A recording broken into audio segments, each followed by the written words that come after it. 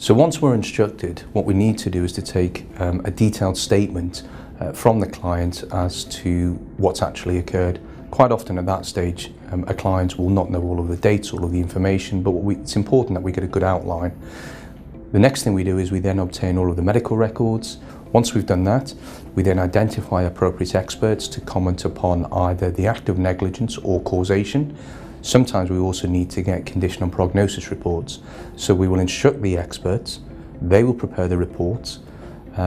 Sometimes on the complex cases it can take a number of months to get the report. Sometimes we have to wait for particular experts because they are specialists in the area of medical legal reporting, and we want to make sure we get the right people for the right cases.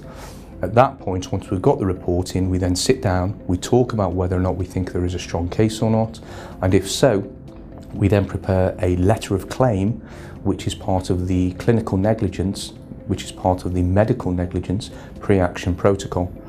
We then send that to the healthcare provider, and then they have, in theory, 4 months in which to reply to that letter to say whether or not they accept negligence, and if so, do they actually want to try and negotiate with us. They may also turn around and say that they don't think there's negligence, and they set out their reasons.